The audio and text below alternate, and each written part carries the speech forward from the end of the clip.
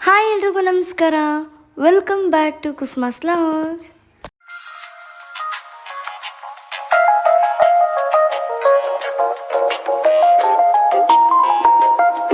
ಈ ವ್ಲಾಗ್ನ ನಾನು ಶುರು ಮಾಡೋಕ್ಕಿಂತ ಮುಂಚೆ ಎಲ್ಲರಿಗೂ ಯುಗಾದಿ ಹಬ್ಬದ ಹಾರ್ದಿಕ ಶುಭಾಶಯಗಳು. ಹೊಸ ವರ್ಷದ ಹೊಸ ಆರಂಭ, ಹೊಸ ಕನಸುಗಳು, ಹೊಸ ಆಶೆಗಳು. ಈ ಯುಗಾದಿ ನಿಮ್ಮ ಜೀವನದಲ್ಲಿ ಸದಾ ಸಂತೋಷ ತಂದಿರಲಿ ಮತ್ತು ಆರೋಗ್ಯ ಯಶಸ್ಸು ತರಲಿ ಅಂತ ಕೇಳ್ತೀನಿ. ಹಾಗೆ ನಮ್ಮ ಜೀವನದಲ್ಲಿ ಕೂಡ ಎಲ್ಲ ಸಿಹಿ ಕಹಿ ಕ್ಷಣಗಳು ಸ್ವೀಕರಿಸಿ ಮುಂದೆ ಸಾಗೋಣ. ಹ್ಯಾಪಿ ಯುಗಾದಿ ಅಂತ ಮತ್ತೊಮ್ಮೆ ಹೇಳ್ತಾ, ಇವತ್ತಿನ ವ್ಲಾಗಲ್ಲಿ ಮೊದಲಿಗೆ ಅಮ್ಮ ಬಂದು ಎಣ್ಣೆ ಸ್ನಾನ ಮಾಡ್ಸೋಕ್ಕೆ ನಮ್ಮಪ್ಪನಿಗೆ ಎಣ್ಣೆ ಹಚ್ತಾಯಿದ್ರು. ನಾನು ಕೂಡ ಎದ್ದು ರಂಗೋಲಿ ಹಾಕಿ ಅದಾದಮೇಲೆ ಸ್ವಲ್ಪ ಸೂರ್ಯನ ಬೆಳಕನ್ನ ನೋಡ್ತಾ ನಾನು ಕೂಡ ಹಾಗೆ ಫ್ರೆಶ್ ಅಪ್ ಆಗಿಬಿಟ್ಟು ಬಂದೆ. ನಿಮ್ಗೆಲ್ರಿಗೂ ಒಂದು ಕ್ವಶನ್ ಕೇಳ್ತೀನಿ. ಬೇವು ಬೆಲ್ಲ ಅಂತ ತಿಂತೀವಲ್ವಾ, ಹಾಗಾದರೆ ಬೇವು ಬೆಲ್ಲ ಅಂದರೆ ಏನು? ನಿಮಗೇನು ಗೊತ್ತಿದೆಯೋ ಅದು ನೀವು ಕಮೆಂಟ್ ಸೆಕ್ಷನಲ್ಲಿ ತಿಳಿಸಿ. ನನಗೇನು ಗೊತ್ತೋ ನಾನು ಹೇಳ್ತೀನಿ.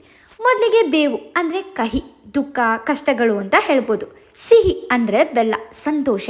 ಹುಳಿ ಅಂದರೆ ಏನು? ಆಶ್ಚರ್ಯ. ಖಾರ ಅಂದರೆ ಏನು? ಕೋಪ. ಅಂದರೆ ನಮ್ಮ ಜೀವನದಲ್ಲಿ ಎಲ್ಲ ರೀತಿಯ ಅನುಭವಗಳು ಕೂಡ ಇದ್ದೇ ಇರುತ್ತೆ ಅಂತ ಇದರ ಅರ್ಥ. ಯುಗಾದಿ ಅಂದ್ರೇ ಬೇವು ಬೆಲ್ಲ ಜೀವನದ ಸಿಹಿ ಕಹಿ ಕ್ಷಣಗಳನ್ನ ಪ್ರತಿಬಿಂಬವಾಗಿ ಶುರು ಮಾಡೋದು. ಹಾಗಾದರೆ ಮೊದಲಿಗೆ ಹಬ್ಬ ಶುರುವಾಗೋದೆ ಮಾವಿನೆಲೆ ತೋರಣ ಕಟ್ಟಿದಾಗ. ಮಾವಿನೆಲೆ ನಾನು ಕೂಡ ಬಿಡಿಸಿಟ್ಟಿದ್ದೆ, ನಮ್ಮ ಡ್ಯಾಡಿ ಕಟ್ಟಕ್ಕೆ ರೆಡಿಯಾಗಿದ್ರು. ಇದ್ರ ಬಗ್ಗೆ ಏನು ಅಂತ ತಿಳ್ಕೊಳ್ಳೇಬೇಕಲ್ವಾ? ಯಾಕೆ ನಾವು ಮಾವಿನ ತೋರಣ ಕಟ್ತೀವಿ ಹೇಳಿ?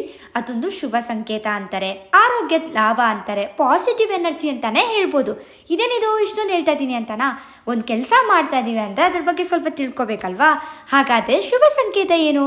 ಮಾವಿನೆಲೆಯನ್ನು ನಾವು ಕಟ್ಟೋದ್ರಿಂದ ಮನೆಗೆ ಶುಭ ಆಗುತ್ತೆ, ಸಮೃದ್ಧಿ ಸಂಕೇತ ಅಂತ ಹೇಳ್ತಾರೆ. ಆರೋಗ್ಯಕ್ಕೆ ಏನಕ್ಕೆ ಲಾಭ ಅಂದಾಗ, ಮಾವಿನ ಎಲೆಗಳು ಗಾಳಿ ಬಂದಾಗ ಎಲ್ಲನೂ ಶುದ್ಧವಾಗುತ್ತಂತೆ. ಸುತ್ತಮುತ್ತ ಇರೋ ಗಾಳಿ ಎಲ್ಲ ಹಳೆ ಕಾಲದಲ್ಲಿ ಇದು ನೆಗೆಟಿವ್ ಎನರ್ಜಿ ಮತ್ತು ಕೀಟಗಳನ್ನ ದೂರ ಮಾಡುತ್ತೆ ಅಂತ ಹೇಳ್ತಿದ್ರು ಅಂತ ನಂಬಿಕೆ ಕೂಡ ಇದೆ.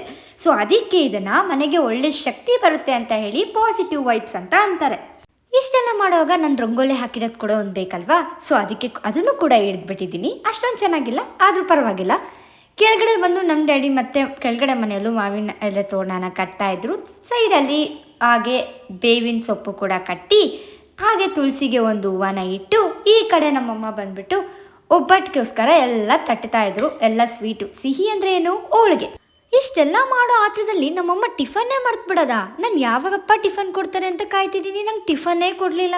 ಬೇರೆ ದಿನ ಎಲ್ಲ ಟಿಫನ್ನೇ ತಿನ್ಬೇಕು ಅನಿಸ್ತಾ ಇರೋ ನನಗೆ ಹಬ್ಬದ ದಿನನೇ ಯಾಕೆ ಹಸ್ವಾಗುತ್ತೆ ಅಂತ ಗೊತ್ತಾಗಲ್ಲ. ಕೊನೆಗೆ ಹೊರಗಡೆಯಿಂದ ಟಿಫನ್ ತೊಗೊಂಬಂದರು. ನಾನು ಒಂದು ಬಿಸಿ ಬಿಸಿಯಾಗಿ ಸೂಪರಾಗಿ ಎನರ್ಜಿ ಕೊಡುವಂಥ ಒಂದು ಚಹಾ ಕೂಡ ರೆಡಿ ಮಾಡಿದೆ ನಮ್ಮಮ್ಮಗೋಸ್ಕರ. ಸೊ ಅದನ್ನು ಮಾಡಿ ನಾನೇ ಒಬ್ಬಟ್ಟು ಕೂಡ ನಮ್ಮಮ್ಮಗೆ ತಟ್ಟೋದಕ್ಕೆ ಹೆಲ್ಪ್ ಮಾಡಿ ಸುಟ್ಟಿ, ಇದೇ ರೀತಿ ಎಲ್ಲ ಕೆಲಸಗಳು ಮುಗಿಸಿದ್ವಿ. ಅದೆಲ್ಲ ಸರಿ, ಇದ್ಯಾಕಿದು ಹೋಳಿಗೆ ಮಾಡ್ತಾರೆ ಹಬ್ಬಕ್ಕೆ ಅಂತ ನಾನು ಯೋಚನೆ ಮಾಡ್ತಿದ್ದೆ. ಯುಗಾದಿ ಅಂದರೆ ಸಿಹಿ ಆರಂಭ ಅಲ್ವಾ? ಸೊ ಅದಕ್ಕೆ ಎಲ್ಲರ ಮನೆಯಲ್ಲೂ ಹೋಳಿಗೆ ಮಾಡೋದು ಸ್ಪೆಷಲ್ ಅಂತಲೇ ಹೇಳಿದ್ರು. ಹೊಸ ವರ್ಷ ಅನ್ನೋದು ನಮ್ಮ ಜೀವನಕ್ಕೆ ಸಿಹಿ ತರಲಿ ಅನ್ನೋ ಆಶಯದಿಂದ ಈ ಸಂಪ್ರದಾಯವನ್ನು ಹಿಂದಿನ ಕಾಲದಿಂದ ಆಚರಣೆ ಮಾಡ್ತಿದ್ದಾರೆ. ಈಗ ಎಲ್ಲ ರೆಡಿ ಆದಮೇಲೆ ನಾವು ರೆಡಿ ಆಗೋದು ಬೇಡವಾ? ಸೊ ಅದಕ್ಕೋಸ್ಕರ ನಾನು ಕೂಡ ರೆಡಿ ಆಗ್ತಿದ್ದೆ. ನಾನು ಈ ಔಟ್ಫಿಟ್ನ ತರಿಸಿರೋದು ಅಮೆಝಾನಿಂದ. ಈ ಔಟ್ಫಿಟ್ ನನಗೆ ತುಂಬಾ ಇಷ್ಟ ಆಯಿತು. ನಿಮಗೂ ಬೇಕಿದ್ರೆ ಲಿಂಕ್ನ ಕೇಳಿ, ನಾನು ಕಮೆಂಟ್ ಸೆಕ್ಷನಲ್ಲಿ ತಿಳಿಸ್ಕೊಡ್ತೀನಿ. ಫೈನಲಿ ಎಲ್ಲ ಮುಗಿದು ಫ್ಯಾಮಿಲಿ ಜೊತೆ ಒಂದು ಒಳ್ಳೆ ಫೋಟೋ ತೊಗೊಂಡು ಅದಾದಮೇಲೆ ಹಬ್ಬನ ಇದೇ ರೀತಿ ಏನು ಮಾಡಿದ್ವಿ.